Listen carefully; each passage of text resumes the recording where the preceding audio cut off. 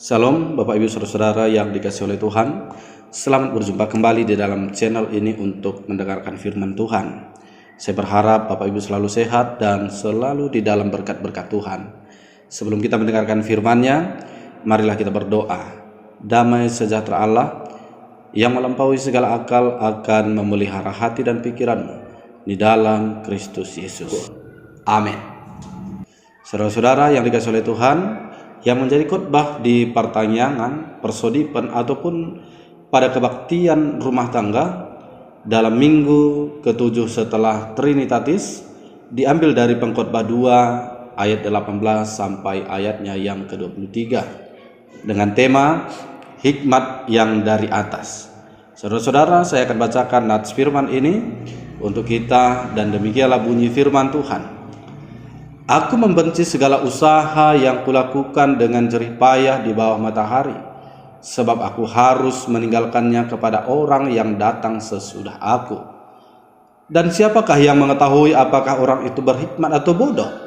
Meskipun demikian, ia akan berkuasa atas segala usaha yang kulakukan di bawah matahari dengan jerih payah dan dengan mempergunakan hikmat. Ini pun sia-sia. Dengan demikian aku mulai putus asa terhadap segala usaha yang kulakukan dengan jerih payah di bawah matahari.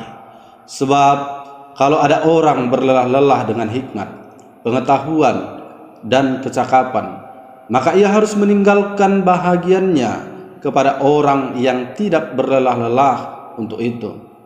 Ini pun kesia-siaan dan kemalangan yang besar. Apakah faedahnya yang diperoleh manusia dari segala usaha yang dilakukannya dengan jerih payah di bawah matahari dan dari keinginan hatinya?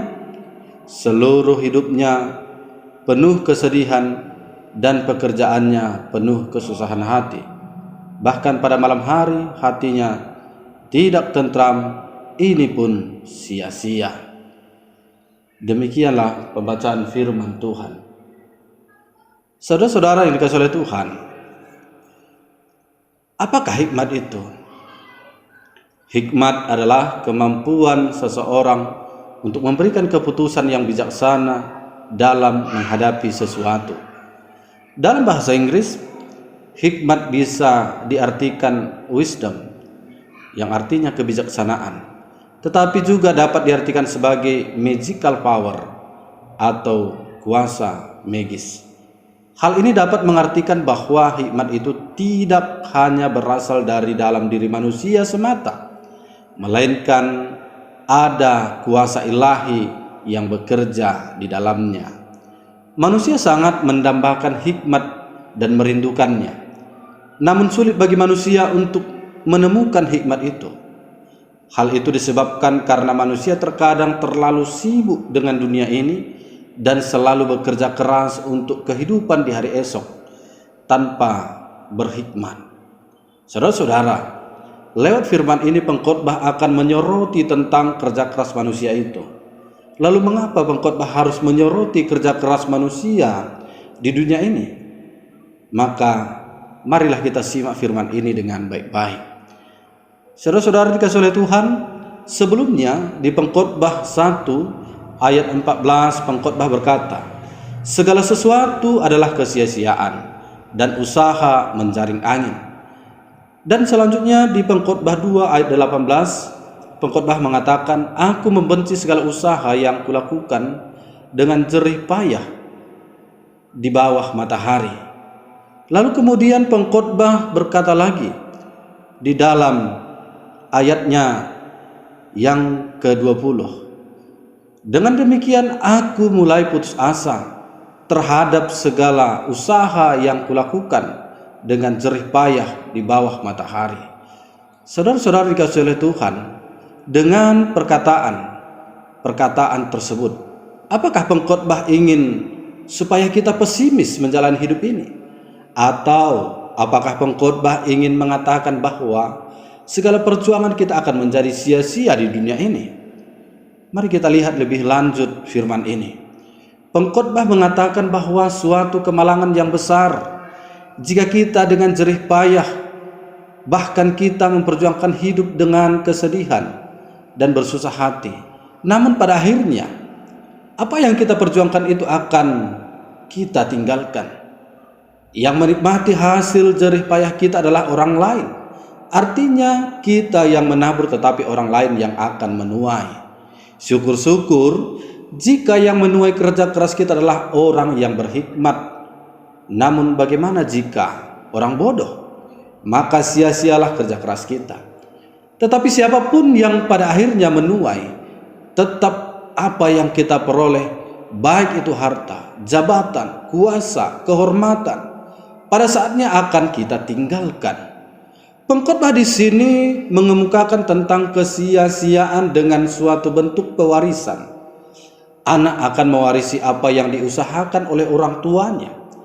Apakah si anak berhikmat atau bodoh menggunakan apa yang diwariskan oleh orang tuanya? Tetapi sekali lagi, penekanan pengkhotbah dalam nats ini, apapun yang kita miliki selama kita hidup pada saatnya akan kita tinggalkan. Tiada yang kekal untuk kita miliki.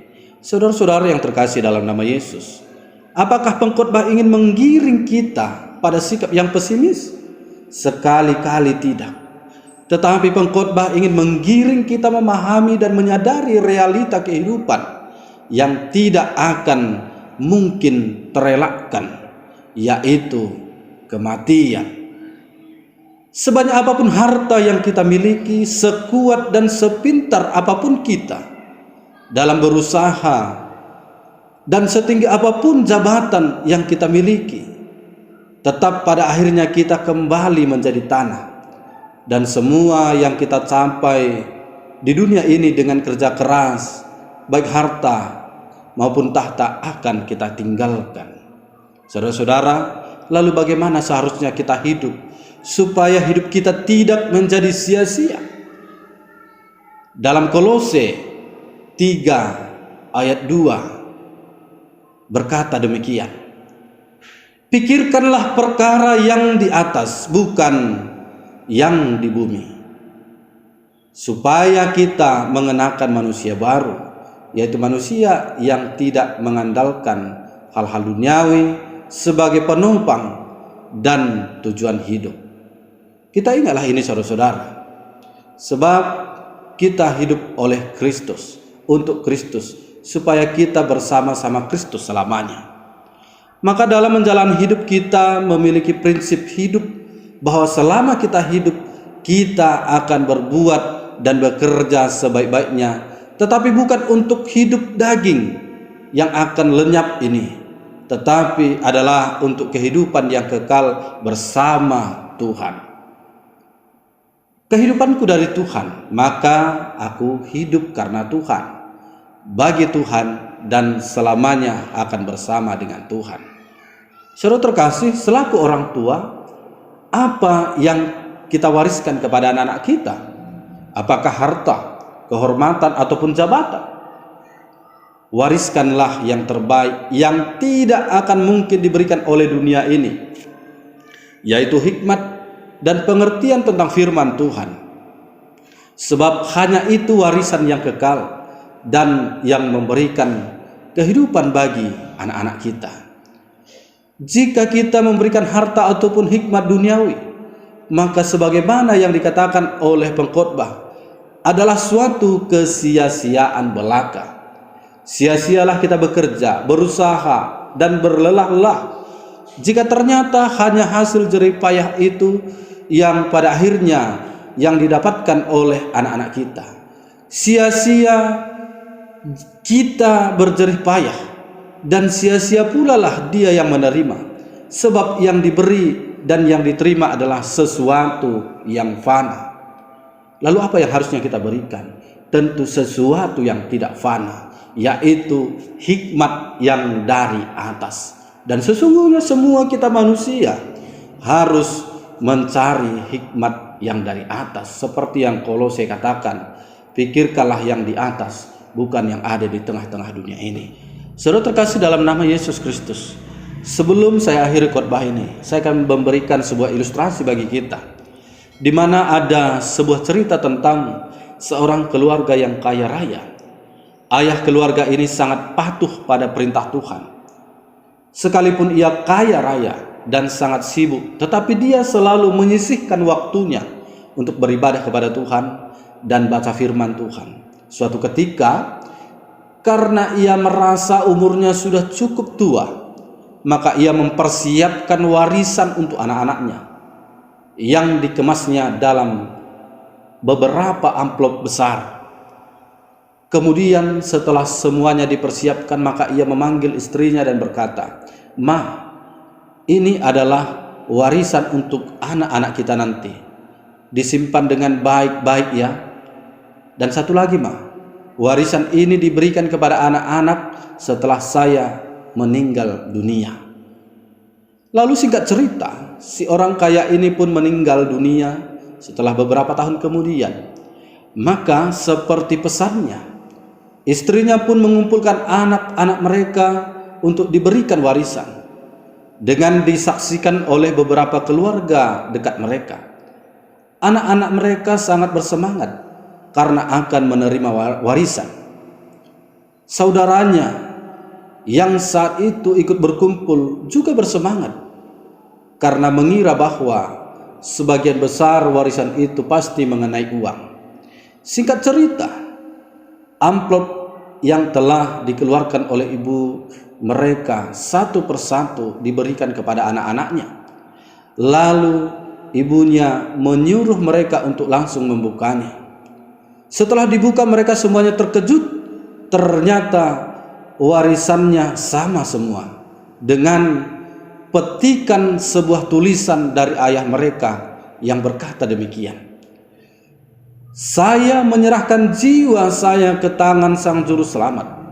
Saya telah ditebus dan disucikan oleh darahnya, sehingga dia akan membawa jiwa saya tanpa cacat celah kepada Bapa Surgawi.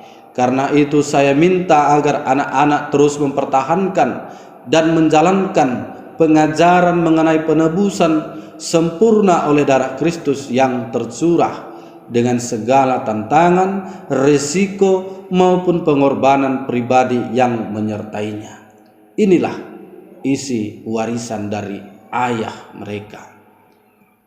Anehnya saudara-saudara, anak-anaknya tidak ada rasa kecewa sama sekali dengan tulisan itu.